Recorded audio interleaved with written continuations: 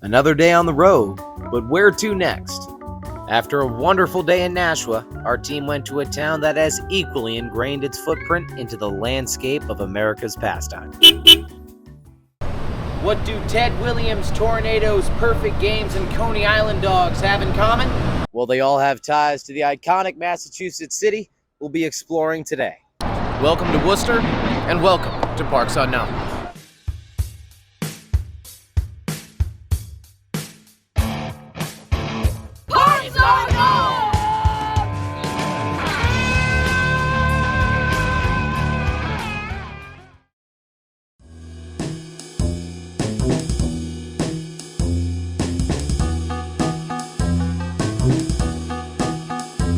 Taking its spot in the center of the state, Worcester has become a hub for culture, diversity, and history, all of which lend itself to the great sport of baseball. And when it comes to baseball in the Woo City, there's certainly a lot to explore. We began our day at a mecca for the sport, Polar Park, home to the Red Sox AAA affiliate, the Worcester Red Sox, where we were treated to a sit-down talk with one of New England's greatest baseball minds. All right, well, when stopping in Worcester, what better man to talk to than the man who embodies baseball? Dr. Charles Steinberg here. It's been an honor talking to him, and he's allowed us in the ballpark to get a one-on-one talk.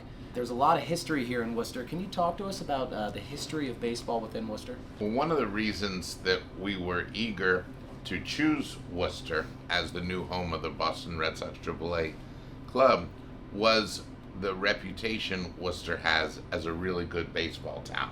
First perfect game when the Worcesters were in the National League. The father of umpiring, Honest John Gaffney. The reason that a home plate is pentagonal, the reason that umpires wear chest protectors. So the history of baseball in Worcester is really vivid. And obviously the stadium, hard not to come here and watch a ball game. What has the community and the crowd been like in terms of reception of this team? The reception of the community has been the success of the team. That's what is great.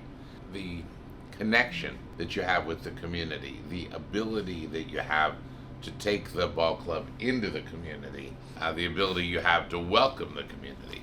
It's a community ball club. It's a community asset. We believe in community baseball. The little ones who are hitting off a tee to the Bravehearts, who are at the highest level of amateur ball you can have.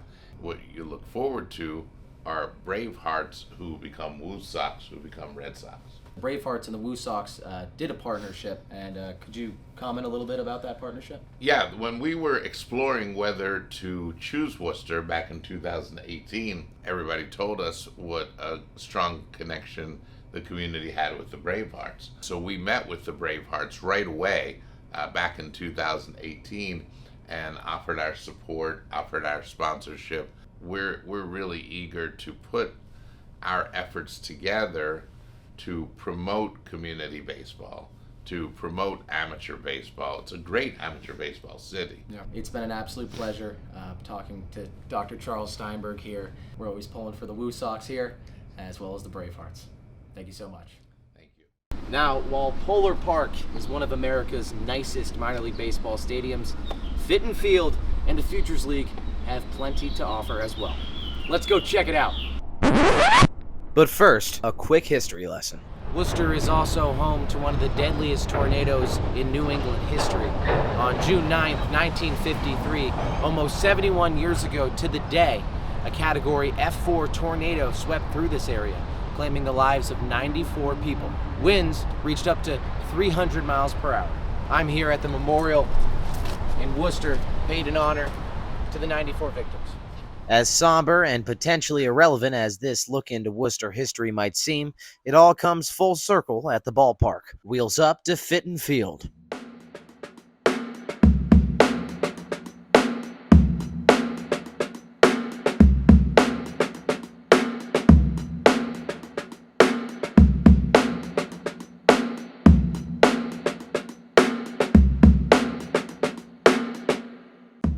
Now, we've seen our fair share of Worcester history today, but it's this field itself that's played host to some fun quirks through the years. In 1939, this site saw Teddy Ballgame himself hit a grand slam. It also ties back into that tornado. From 2005 to 2012, Worcester actually had a professional baseball team by the name of the Worcester Tornadoes. And they were the first professional baseball team playing in the Canadian American League since the 1880 professional team, the Worcester Worcesters. We're here at Fitt and Football Field behind the grandstand over here at Fitt and Stadium, where the Worcester Fire Department is putting something special together for after the game. As enticing as the surprise was, we first had to speak with some of the people at Fitt and Field to learn more. All right, folks, I'm here with Bravehearts assistant GM Donnie Porcaro. I am here with the voice of the Bravehearts, Rodney Lartiotu. I'm here with Bravehearts fan Jim Buscarino. So we're here with Bravehearts pitcher Andrew Middleton. A lot of history in this great city of Worcester, Massachusetts. What's it like putting on the neon green and playing for the Bravehearts? I think the people here are awesome. The staff, everyone does a really good job. I think it's a lot of fun in this city, and I'm proud to put on this uniform. What's it like running things around here, especially in a city with such rich baseball history? There is a lot of baseball history in Worcester, and it's interesting because although there's a lot of history, the city of Worcester was never really a baseball town for a while in recent history. We do have a lot of baseball history going back into the late 1800s, early 1900s, and then there was almost like a lull period. We had the Worcester Tornadoes in 2005, and then they kind of fell out of favor with the city around 2012, and then baseball seemed like it was dead in Worcester. And it's interesting because it's the second largest city in New England. It's a big city. You would think that there would be some type of baseball here, and it's hard to imagine that only 10 years ago there was no baseball here. And that's when the Bravehearts came in 2014. But it was met with a little bit of doubt of if the city can hold a baseball team, and now we hold two. So it's great, and I think that the city of Worcester is a great spot for it. I was born and raised in Worcester, grew up not even too far from the park, so it's cool to see the growth of baseball here. It's funny, I've been a late bloomer to baseball, and not until I got older that I started to appreciate baseball. I love watching baseball and being a part of the game now, being a voice here, so it's been a cool experience so far. What does this team mean to the great city of Worcester? This is a family thing, it's fun, it's relaxed, everybody has a good time. I love coming here. Speed with the umpire and saying, no, it was twisted. Weather's starting to turn, players are getting warm, field's getting prepped, and they even have green bases here in Worcester.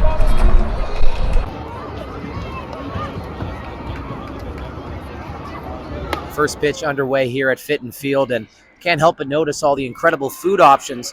Each ticket includes an all-you-can-eat buffet. There's also a pizza truck and an ice cream truck.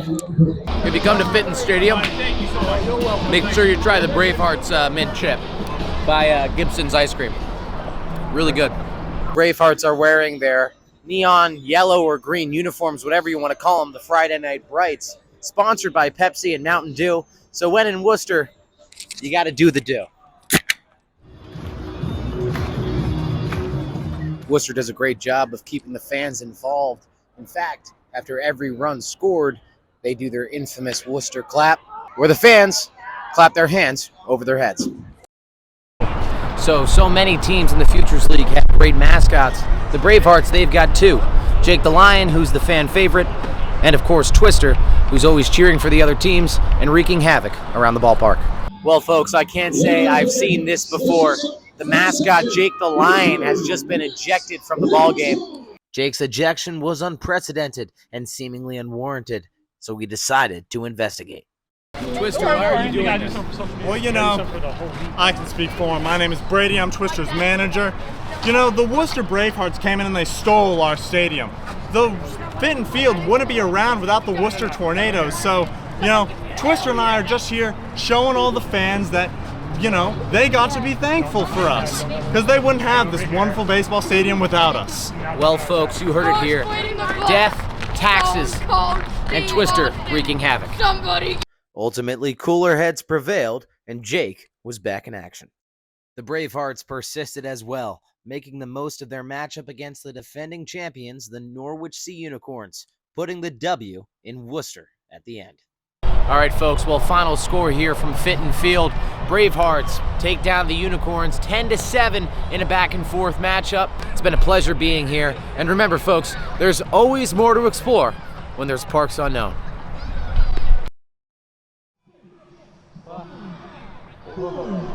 Three, two,